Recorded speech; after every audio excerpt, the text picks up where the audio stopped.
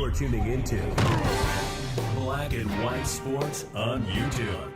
The no-holds-barred truth on sports. The main event starts now.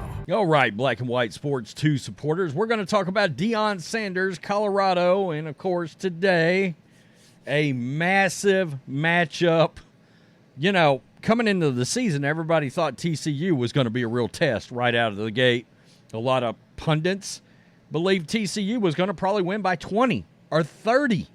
And instead, of course, Colorado played them very tough and ended up winning that game. Now we've got a Colorado Buffaloes team that is 3-0, heading into what is now the biggest game of the year. I mean, yeah, look, we knew that Deion Sanders, and we talked about the fact he was going to have a big impact. I just don't think anybody saw the impact coming at the rate that it's come. I mean, it's just flooded in. He's had this massive impact, and now ABC, nationally televised, free over-the-air TV, it's really the biggest college football game of the day, and that's considering Notre Dame and Ohio State is playing. Who would have thought that? But, point of fact, we've already seen Colorado has ruled the college football television ratings, and now we are finding out, and look, we knew Deion was going to generate some coin for Colorado and for Boulder and for the University of Colorado. I just don't think anybody saw it coming at this rate, and he has made them a hell of a lot of money already. By the way, got a little side story here because Deion Sanders got himself a ticket in Colorado yesterday, and for his Lamborghini. Kind of interesting. Let's look at this. This is Outkick. Colorado officials knew Deion Sanders could sell the school, but I don't think they imagined it would happen this quickly. Nobody did. I don't believe. You know the reason everybody loves Deion? Deion is very likable, okay? Even the stuff he said about his kid, about I don't think he's going to the NFL, or I really don't want him to. You know, him agreeing with Tom Brady. Hey, Tom Brady said, hey, get your head out of worrying about fancy cars, even though Prime's driving a Lamborghini. But Prime has, of course, earned that over 30 years playing football and coaching football. So anyway, you know, and Tom Brady said, put your head in the playbook, kid. And Deion Sanders said, I couldn't have said it better myself. Don't worry about cars. Worry about your playbook. Worry about getting better at your craft.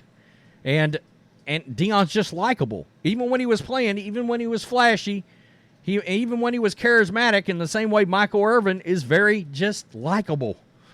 According to a report ran by the University of Colorado, the projected ad revenue over the last 3 weeks of coverage is estimated at around $90 million. By the way, there's a report that came out that the actual city of Boulder made $17 million for that Colorado State game. That there was that much money generated into the city for restaurants and hotels and all. $17 million in one weekend. Now, this number comes from a report that the school ran based on pregame shows like Big Noon Kickoff and College Game Day, but the numbers are there. The Colorado State game was ESPN's fifth most watched college football game in their records, with Nebraska Tilt breaking a Fox record for the most watched Pac-12 game. If you thought that was a lot of money, merchandise and sales have skyrocketed.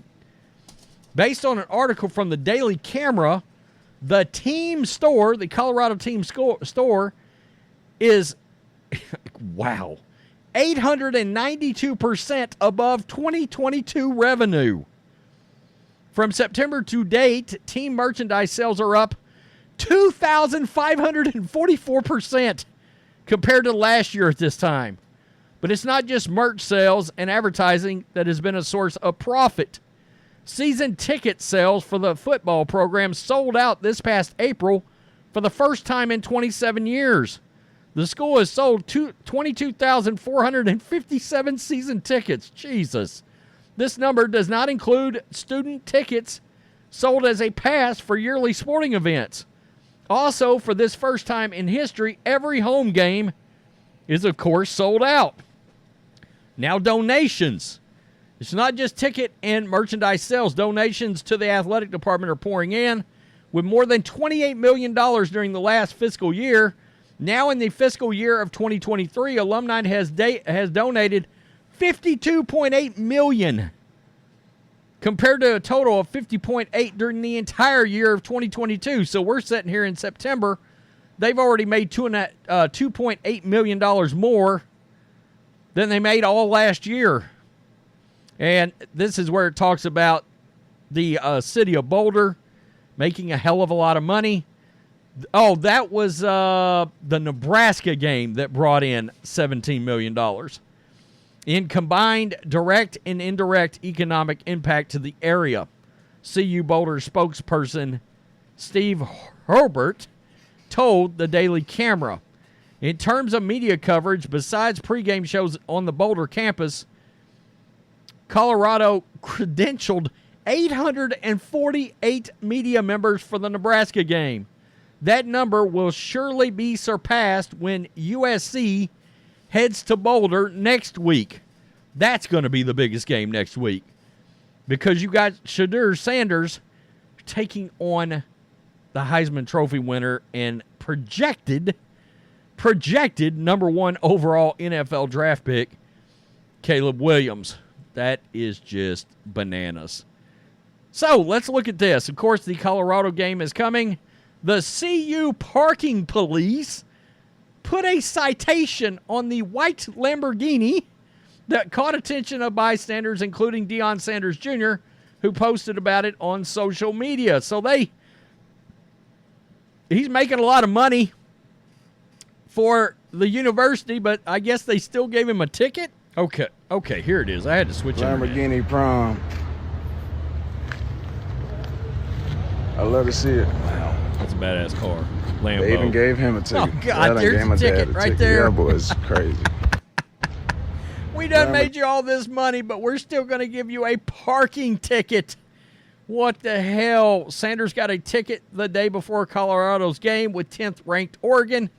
It's the latest in a string of incidents between Buffalo football program and CU campus patrol.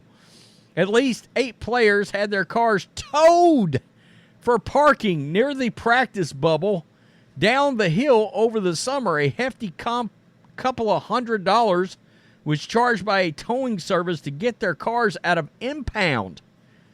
Maybe the latest incident will change things in Boulder, with Sanders and the Buffs raking in record profits for the city.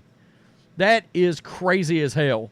It goes on to talk about the fact that he is 3-0 for the season. So there you have it. I mean, that's the prime reason you see right there why Colorado, and they gave Deion a hell of a good contract, and you can expect, I figure they'll make it through this season and into next season, and if they're still performing well, I'm sure they will sweeten the pot again for Deion at some point, because they're going to want to keep him around. Why? Money. Okay, let's not get confused. A lot of things are just about money in college football, and that's a thing. Not to mention, and I said this the other day, when top recruits around the country are chasing the coach, and the coach is not chasing them, oh, you've got something there, okay? You've got something. So, I mean, there's only a few coaches, I would think, in the entire United States that could even bring that kind of fire. You know, Nick Saban, Lincoln Riley, and I think Deion is probably ahead of that right now, as much as I can't believe I'm saying that about Tricky Nicky, but, you know, it is what it is. Tell me what you think, Black and White Sports 2 supporters. Deion is lining the pockets of everybody. I'm sure the University of Colorado is loving this. This worked. I mean, and this worked quick, real quick. You got to wonder, are there any other, I can't think of any other former NFL players that are involved with coaching that would possibly pull this kind of fanfare. Peace. I'm out. Till next time. Thanks for watching the show. Be sure to like, comment, and subscribe. Be sure to tune in next time on Black and White Sports.